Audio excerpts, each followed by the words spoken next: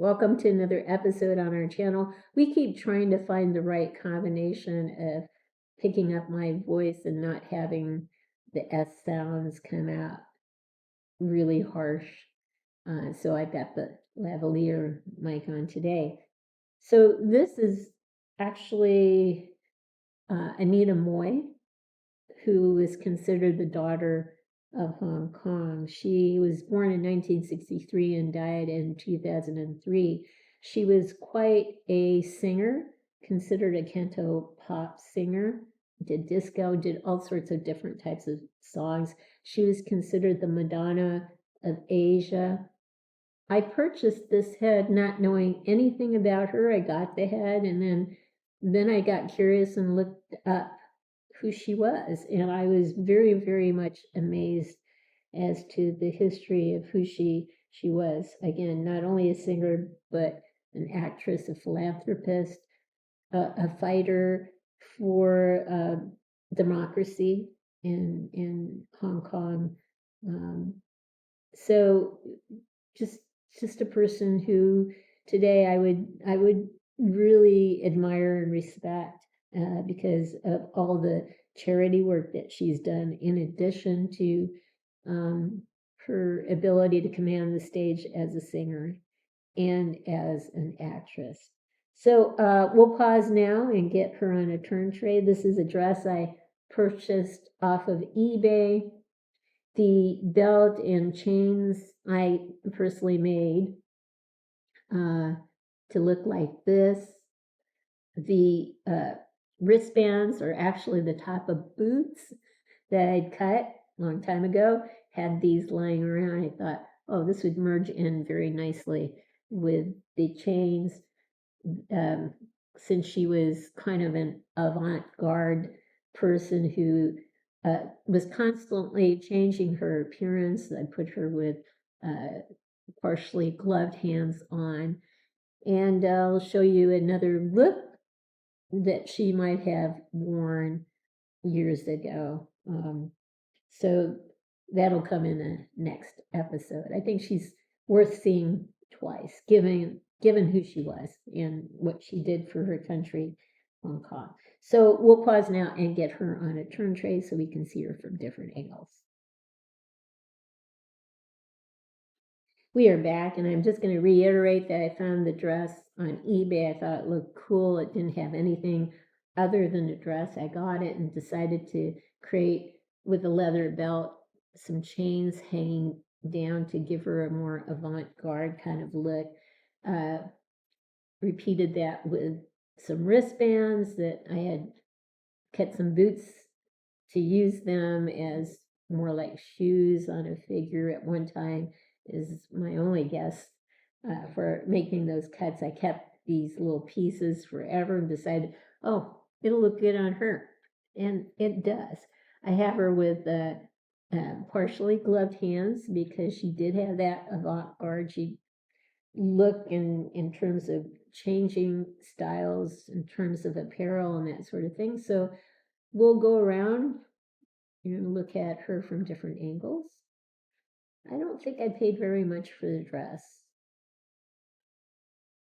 It's a rather nice dress. These pieces that are covering her joints are like socks that I cut to either socks or the bottom of her tights here that she has on, which were closed to fit, over her feet. I just snipped them. They were long enough to get a couple pieces out, and I covered her elbows as a result. I think she looks rather nice. We'll pause now and get some close-ups from here on up, and then get some tight shots of her head.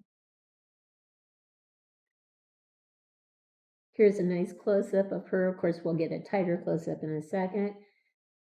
I'm tempted with getting another head of her.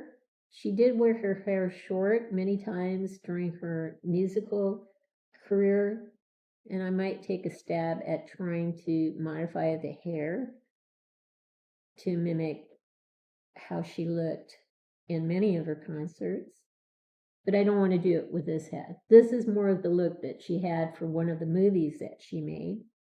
And I suppose she probably wore this hairstyle a few times during her musical performances. So anyway, we'll pause now and get a tight close-up of her face and then take it from there.